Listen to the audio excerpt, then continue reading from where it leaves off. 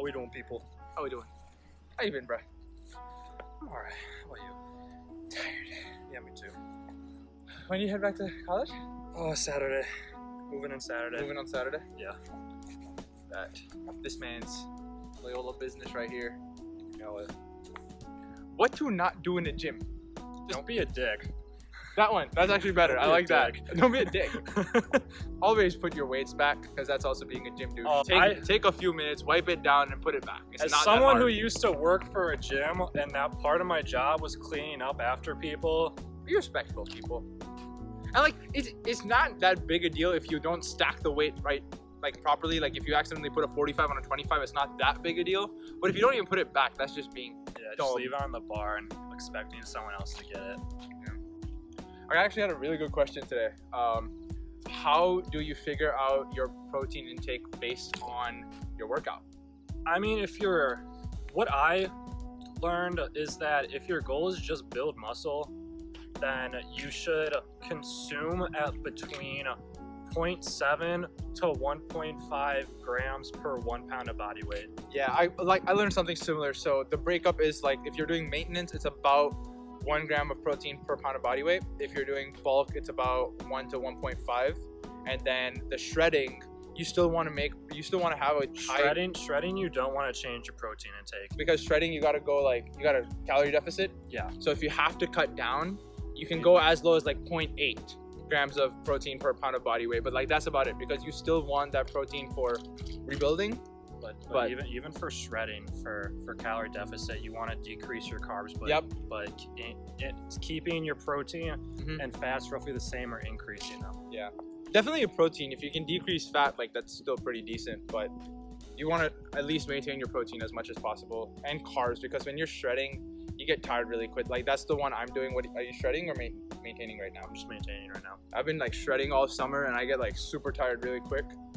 I'm literally only lasting because of carbs. The other question was, how do you figure out which workouts for you?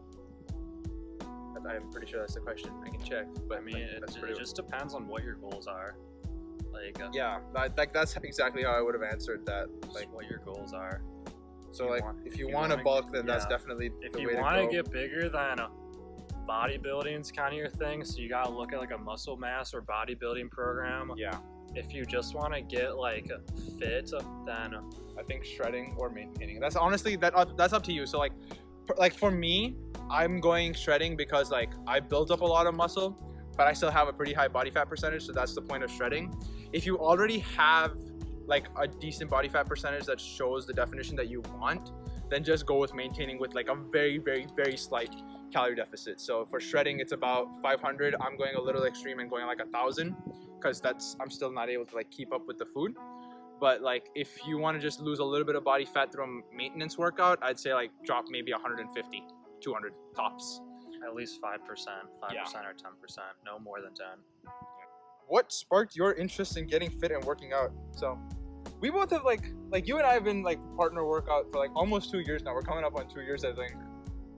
Yeah, since senior year. But yeah, senior year. So I mean, what's yours? I've always been interested in working out, but I just never had, I guess, the means. Like, I never really had access to a gym. I never really had like the kind of like the motivation of it, like all throughout like high school. But then junior year, when we did APF, weight fitness course at our high school, that when I gained more knowledge about it, then that like officially sparked my interest. And then senior year, or going into senior year, is when I was like, all right, I'm gonna become serious with this. Yeah.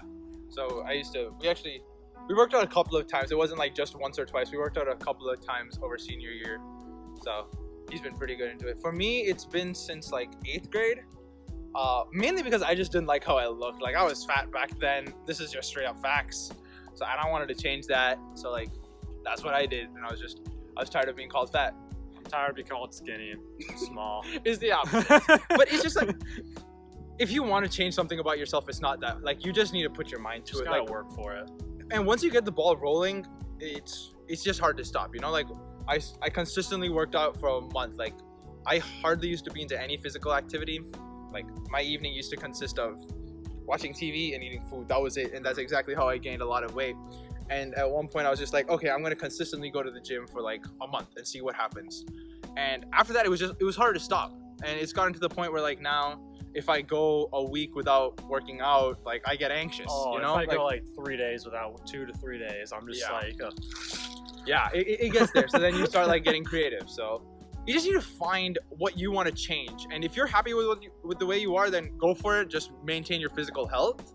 But if you want to change something, keep that in the front of your head, not the back, and just keep working towards that, because it's you literally have it. Another thing, like eating right, you can't just like work out and eat Rice Krispies all day and expect to like see changes. You know, you gotta like. I mean, it is carbs. It is carbs, but you can't eat just straight up carbs and sugar. Thank you for ruining my followers. Go ahead, listen to this kid. It's still right. Like you said, consistency. I think the last question was best ab circuit. I think it honestly depends on your starting point. Like, if you don't have core strength, then obviously start with planks and then crunches. No, the thing with abs though is that you can do as many abs workouts as you want, but if you don't have the diet to exactly support it, you're just doing those sit-ups for nothing. Abs is the one thing that has to be made in the kitchen, as they say. And by kitchen, I quite literally mean the kitchen, what you're eating. Because everyone has abs. It's just how much fat you have on your stomach. That's like the covering it up.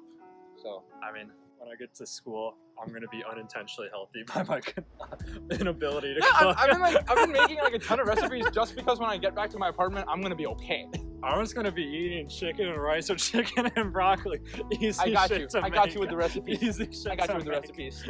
Full day of eating coming at you soon. Don't you worry.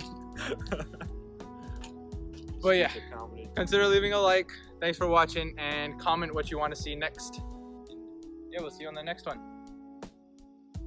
Peace.